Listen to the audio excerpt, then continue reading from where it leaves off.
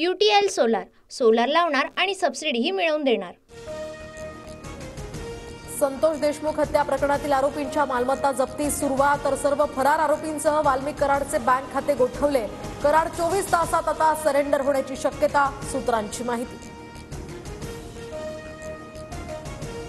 संतोष देशमुख हत्या प्रकरणात सीआयडीचे वरिष्ठ अधिकारी बीडमध्ये तळ ठोकून 9 पथकांकडून तपासणी। आतापर्यंत 100 जणांची चौकशी। वाल्मिक कराडची पत्नी मंजिली कराडची सुद्धा चौकशी। अंजली दमानियांना त्यांनी केलेला दावा फोल ठरला। व्यक्तीनं दारूच्या नशेत व्हॉइस मेसेज पाठवल्याची पोलिसांची माहिती, तर आरोपींचे मृतदेह सापडल्याची खात्रीलायक माहिती नाही, तपासणीतून समोर।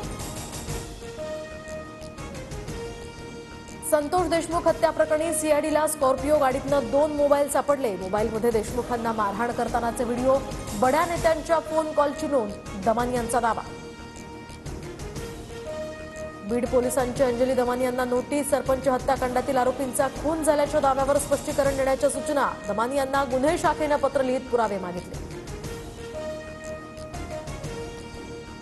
धनंजय मुंडे आणि पंकजा मुंडेंनी राजीनामा द्यावा। मुंडेंचा राजीनामा आणि वाल्मिक कराडला अटक होईपर्यंत बीड सोडणार नाही। गुन्हेगारी विरोधात अंजली दमानियांचं सत्यशोधक आंदोलन सुरू। सुरेश धस यांचा निषेध, तर त्यांनी जाहीर माफी मागावी। सुरेश धस यांच्या आरोपांना उत्तर देताना प्राजक्ता माळी भाऊक। मुख्यमंत्र्यांना सुद्धा दिलं निवेदन, तर अवमान केलाच नाही तर माफी का मागू, धस यांची यावर भूमिका।